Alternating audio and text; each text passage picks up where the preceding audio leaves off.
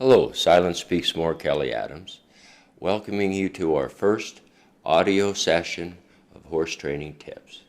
This will be a weekly feature on Facebook and my website. Today's topic is actually how to use your legs to achieve forward momentum. The biggest problem we see nowadays with giving lessons and training tips to people is they overuse their legs. They ask the horse to go up to the walk or the jog or even the canter, they seem to forget that they have to release those cues. Imagine yourself walking up to your computer keyboard and you push the R key, but that you don't take the R key off, and your computer just keeps imagining what you're going to keep rewriting the word R indefinitely. Right?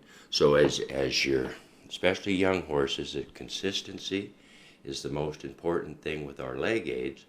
But as we're trying to get a horse to use forward momentum, so let's say your horse is at a walk, you want to push him up to the jog.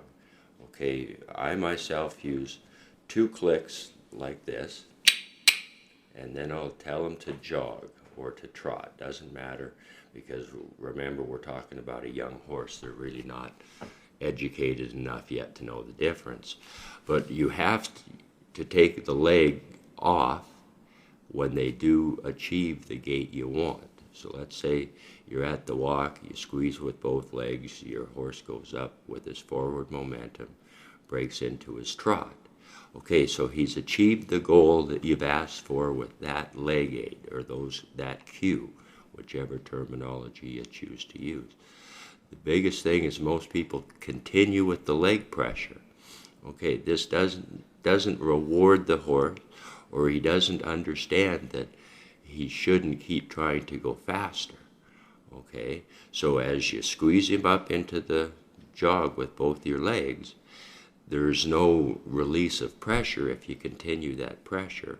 So your horse is either thinking in his head that you're asking him to go faster, or he hasn't achieved what you've asked him to do. So oftentimes on a real young horse, people wonder how come they keep going so fast. It's because you haven't really released your legs and let him relax at that gait. Okay, our second one is when you're asking a horse to lope. Now, a lot of young horses that we start here, I really don't care which lead they pick up because they really don't know which is which. So, but I'll use my left leg 6 inches back from a normal position, and then I'll click 3 times. So I go canter, or you can use the word lope. I prefer the word canter, even though that's an English term, but the C is more specific in their mind. It's a better sound. Okay, so as you're squeezing with your left leg 6 inches back from your normal position, you would click 3 times and ask for your canter, and then your horse, whichever lead he picks up, he's actually accomplished something. So you really don't want to reprimand him too soon because he's not sure what that cue really means. But the cue must be released, or you're still driving him forward into a faster gait than what you want, almost like a hand gallop. Okay, a lot of people will wear spurs. This is real important to take the spur away. Okay, because basically it's a pressure release, and your horse is rewarded by the fact that he's gone into a different gait, a different speed momentum, and so he realizes that when he achieves that, the pressure is released. Now, a lot of people talk about when you're teaching a horse to lope about, turn his head to the left if you're going to go on to your right lead, and you move his rear end over some. Most of this is fine if that's how you've been taught. I prefer to just work in circles. Let's say if I'm going to go to the right, so I expect my right lead. Naturally, this horse is more prone to pick up that right lead. Okay, so I'll trot or jog my horses in a circle to the right. I'll slowly add the pressure back on the left side, moving my left leg back. Then as they start to trot forward and move forward a little faster, then I'll click and I'll say canter, and I'll repeat that cue. Then if they really don't get up into it, oftentimes I will use my right leg, but I won't move it back near as far. It's just a way to propel that forward momentum.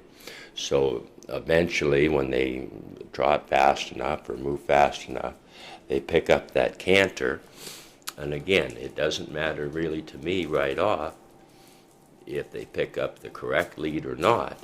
Imagine yourself tying your shoes when we were young and didn't know very much. None of us probably achieved that goal right away. Okay, so you shouldn't really expect your horses to be able to achieve the perfect canter right away or the picking up the perfect lead. Most of them will travel a little fast. Again, that's why you must take your legs off, let them relax, let them find that speed. As you're going through the forward momentum, oftentimes we ask for a headset, and really we just want that forward momentum to go.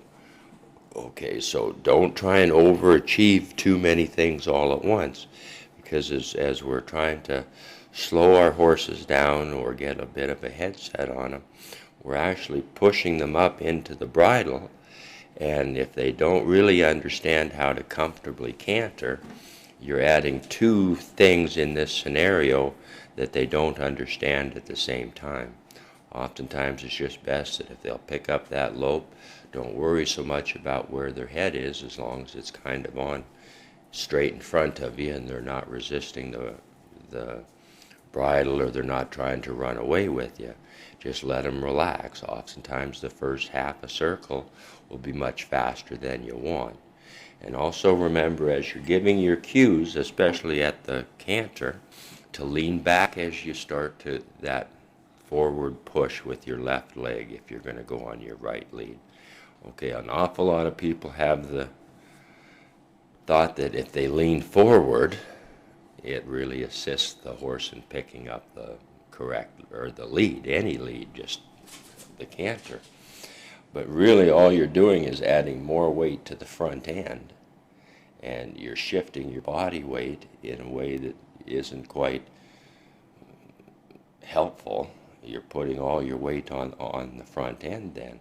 It's better to lean back, give your one leg cue, and let your horse move forward fast enough to allow himself to pick that lead up.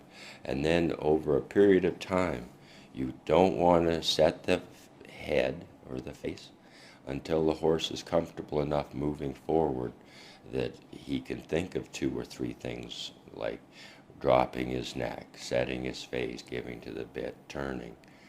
Okay, when you start your circles, right, you just want to keep them in a fairly normal circle, even if it gets a little egg-shaped, or maybe he drifts off to one side more than the other.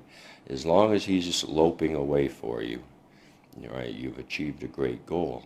Now, another thing we find with people that want to come and learn how to start young horses is they get a horse up into the lope, and then for some reason they get this notion that this young horse can keep that lope for 4 or 5 circles. Sometimes they kind of keep pushing him until he just basically can't keep that gait anymore. He falls out of it. They get mad. They kick him back up into it. Then the young horse gets kind of nervous and scared, because really he just fell out of it because he can't physically keep that gait that long. I recommend 1 or 2 circles, stop, change the other direction, cue with your right leg now, because your circle's going to go to your left. Again, repeat the process. Add your leg gently, click 3 times, and use the word canter or lope.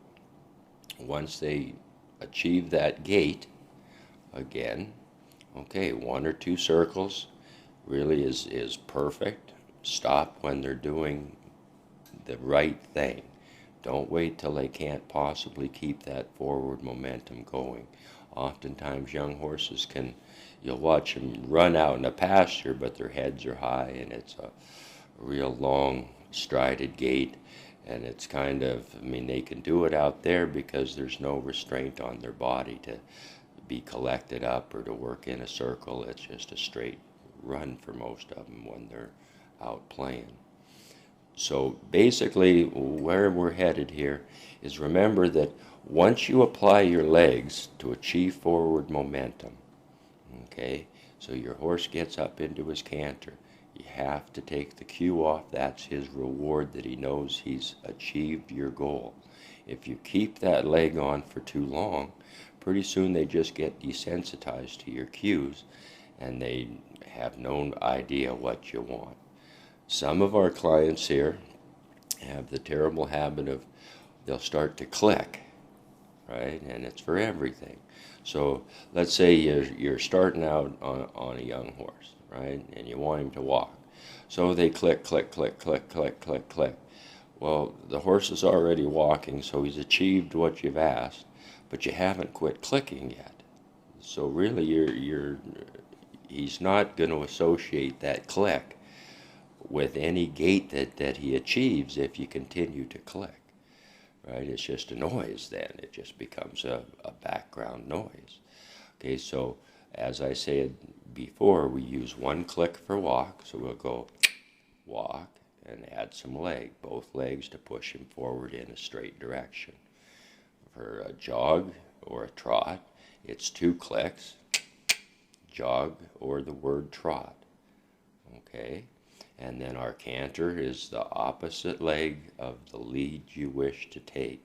So if you want your left lead, your left front leg coming out the farthest, you want your right leg moved back 6 inches, you want to move your body back, lean back literally, and then that'll help push him forward into that lead. Once he gets there, take your legs off, sit up in a natural riding position, and just relax. But the minute you feel him starting to struggle with that gait, or to, literally get just really choppy and falling out of it, just tell him to stop or bring him back to the jog. Now what we do there is we'll tell him to jog, okay? That starts your transitions from lope to jog, jog to walk, in a verbal cue as you're starting to train right away. So again, it's like tying your shoes. You had somebody show you each step. You got to practice each step until all of a sudden one day you mastered the step of tying your shoe in a nice bow, and it wouldn't fall apart and it didn't look too terrible, and you were the proudest person in the whole world. Okay, your horse has the same feelings and the same sensations. As you're training your horse, allow him to be right as many times as humanly possible. So basically, don't push him to a point where he can't do what you're asking him to do. Always stop him from that lope at, even if it's not a comfortable speed, but yet don't make him fall out of it. Don't make him make the mistake and then try and correct him afterwards, because really it's kind of your fault that you've pushed him to the point where he can't lope anymore. You often see people lope for 5-10 minutes on a young horse, the same direction, and they just can't keep it all together that long. A few minutes, or like I say, if you're riding in a 60-foot round circle, all right, 1 or 2 circles is an awful lot for a young horse. Sometimes half a circle. Even if your horse lopes along for 30 or 40 feet fairly well, just bring him back to the jog or ask him to stop. Now, when you're working on a horse and with a verbal cue of whoa, all right? So again, you're going to set your body position up to where you're leaning back a little bit. Your legs can go forward just a few inches, but your shoulders should go back about 6 inches. Then start to get some contact on their face, not hard, not fast. Find the bit first, then use the word whoa, give them a chance to respond to the word, then slowly start to add the hand pressure on the bit, repeat the verbal command, and even lean back a little bit farther with your upper body. Okay, folks, I thank you kindly for listening, and I hope this helps. But just remember, if you don't learn to use your verbal commands properly, and you don't learn to relax your legs after your physical commands, your horse isn't going to understand what these cues mean. You're more than welcome to leave comments on our webpage, and you're more than welcome to ask questions. And I hope you enjoy these. We'll be doing these once a week from here on. And if you have a topic you'd like to discuss with us, please just leave a comment, and we'll do one of these shows just for you. Thank you kindly, Kelly Adams.